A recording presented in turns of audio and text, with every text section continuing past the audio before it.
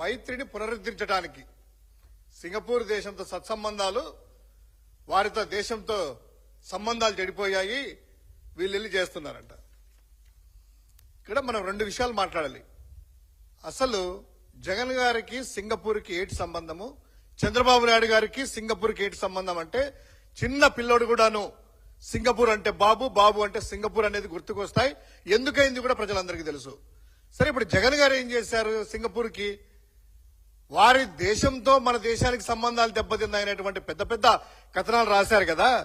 ఒక్కసారి చూసుకున్నట్లయితే చంద్రబాబు నాయుడు గారి అధ్యక్షతన వారు ముఖ్యమంత్రిగా ఉన్నప్పుడు 2014-19 మధ్యలో రాజధాని ఇక్కడికి రావడము, రాజధానిలో ఈ ప్రాంతం కాదు ఆ ప్రాంతం కాదని శివరామకృష్ణ కమిటీ అంట, తర్వాత శ్రీకృష్ణ కమిటీ అన్ని పక్కన పెడితే, తర్వాత అవన్నీ కూడా పెద్ద స్టోరీలు.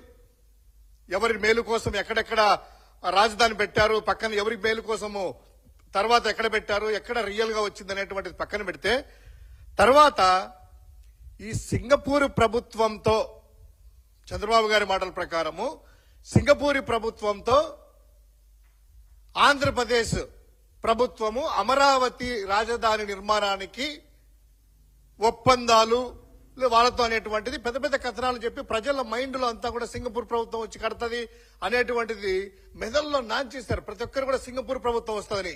తర్వాత జీవోలు అన్ని రిలీజ్ అయిన తర్వాత సింగపూర్ ప్రభుత్వంతో కాదు, ఒక కన్సార్షియం అసెండా సింగ్బ్రిడ్జ్ సెంబకార్ప్ కన్సార్షియంతో అమరావతి డెవలప్మెంట్ పార్ట్నర్ ఇక్కడ వీళ్లతో ఒప్పందాలు కుదుర్చుకొని, ఆ ఒప్పందాల్లో కూడాను ఎవరికెంత మేలు జరగాల ఏంటి అనేటువంటి చూస్తే కళ్ళు బయళ్ళు కమ్ముతాయి.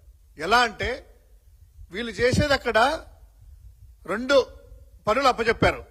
ఒకటేంటి, మొదట్లో ఏమో సింగపూర్ గవర్నమెంట్ మాస్టర్ ప్లాన్ ఫ్రీగా ఇస్తా ఉంది, సింగపూర్ గవర్నమెంట్ మనకి ఫ్రీగా ఇస్తాంది మాస్టర్ ప్లాన్. చంద్రబాబు గారు తదే చెప్తా వస్తే అయ్యా జనాలందరూ కూడా ఫ్రీగా ఇస్తాందని అనుకున్నారు.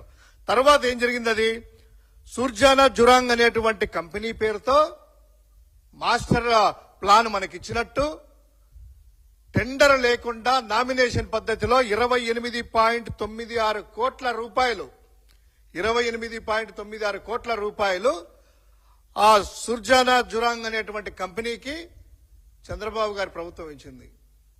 దీన్ని 2023 సంవత్సరంలో కేంద్ర ప్రభుత్వ అధీనంలో ఉన్నటువంటి సంస్థ కాగ్ దీన్ని తప్పుపడుతూ ఎలా ఇస్తారు నామినేషన్ పద్ధతిన టెండర్ లేకుండా అనేటువంటిది.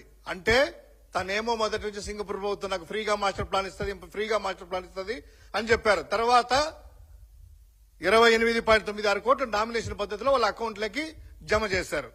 ఇక రెండవది, కీ ఏదైనా రాజధాని ప్రాంతానికి ఏదైనా కూడా ఉంటే స్టార్టప్ ఏరియా ఉంటది, ఏదైతే కోర్ ఏరియా, అది ప్రధానమైనటువంటి ఘట్టం స్టార్టప్ అనేది. ఆ స్టార్టప్ అనేది నార్మల్ ప్లెయిన్ ల్యాండ్ ఉంది, ప్రభుత్వము రైతులందరి దగ్గర రాబట్టుకొని వచ్చారు. వచ్చిన తర్వాత వాళ్ళకి రైతులకు ఏమి ఇచ్చారా ఇంకా అనేటువంటి మనందరికీ తెలుసు. వాళ్ళకి ప్లాట్లు ఎక్కడుండేది కూడా ఇంకా తెలియదు. కానీ ఈయన మాత్రము ఆ సింగపూర్ కన్సార్షియం కంపెనీకి 1691 ఎకరాలు స్టార్టప్ ఏరియాగా నిర్ధారించి దాన్ని డెవలప్ చేయడానికి ఈ కన్సార్షియం అసెండా సింగ్బ్రిడ్జ్ సెంబకార్ప్ అనే కన్సార్షియంకి కట్టజెట్టాడు. ఇందులో నార్మల్గా మనం చూస్తూ ఉంటాము డెవలప్మెంట్ అనేటువంటిది. ఒకవేళ ఎవరికైనా మనకు ఒక 20 సెంట్లో 25 సెంట్లో స్థలం ఉందనుకోండి, మన స్థలము డెవలపర్కి ఇస్తాం. ఎవరో ఒక డెవలపర్ వస్తారు, ఎందుకంటే మనకు కట్టేది రాదు లేదనుకున్నప్పుడు. ఆ డెవలపర్ వచ్చిన తర్వాత ఆ 25 సెంట్ల భూమి తీసుకొని అందులో 4 ఫ్లోర్లు కట్టి, ఫ్లోర్కి 2, 3 వస్తాయి, 3 అనుకుందాము, ఒక 12 ఫ్లాట్స్ వస్తే అందులో సగం అనేటువంటిది ఇస్తారు. దానికి సంబంధించిన మాస్టర్ ప్లాన్స్, దానికి సంబంధించిన ప్లానింగ్ లేఅవుట్స్ అన్ని కూడాను టౌన్ ప్లానింగ్ దగ్గర నుంచి కావచ్చు, డ్రైనేజ్ కావచ్చు, అంతా కూడా డెవలపరే చూసుకుంటాడు. ల్యాండ్కి సంబంధం లేకుండా జస్ట్ ఇచ్చేస్తారు. అందులో 50-50 లేదా 48-52 జరుగుతూ ఉంటాయి. కానీ ఇక్కడ ఏం జరిగింది తెలుసా, ఈ 1691 ఎకరాలు స్టార్టప్ ఏరియాకి ఇస్తూ అది కూడాను స్విచ్ ఛాలెంజ్ అని చంద్రబాబు గారు కొత్త పదాలు కనిపిస్తూ ఉంటాయి కదా, ఏదో అన్ని తనే కనిపెట్టినట్టు. అట్టగా ఒక మెథడ్ కనుక్కున్నాడబ్బా. స్విచ్ ఛాలెంజింగ్ అనే పద్ధతిలో ఛాలెంజ్ చేశారు వీళ్ళు.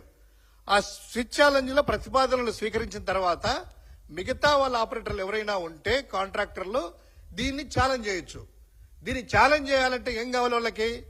మిగతా కాంట్రాక్టర్లకి ఇందులో ఎంత ఆదాయము తీసుకుంటున్నారు, ఈ యొక్క ప్రతిపాదనల వల్ల ఎంత ఏంటి అనేటువంటిది డీటెయిల్డ్ ప్లాన్ డిపిఆర్ అనేటువంటిది ఇవ్వాలి. కానీ ఇక్కడ ఆదాయం అనేటువంటిది సింగపూర్ సంబంధించిన కన్సార్షియంకి ఎంత ఆదాయం వచ్చేది డిస్క్లోజ్ చేయలేదు. అది మామూలుగా స్విచ్ ఛాలెంజ్ మెథడ్ లో ప్రధానమైనటువంటిది ఇది ఉండాలి. తర్వాత 60 రోజులు టైం ఉండాలి.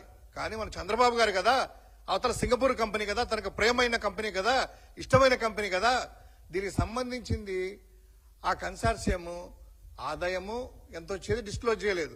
దాన్ని 45 రోజులకు విధించారు. దీన్ని హైకోర్టుకి వెళ్తే మిగతా కంపెనీస్ హైకోర్టులో కూడాను దీన్ని తప్పు పట్టింది.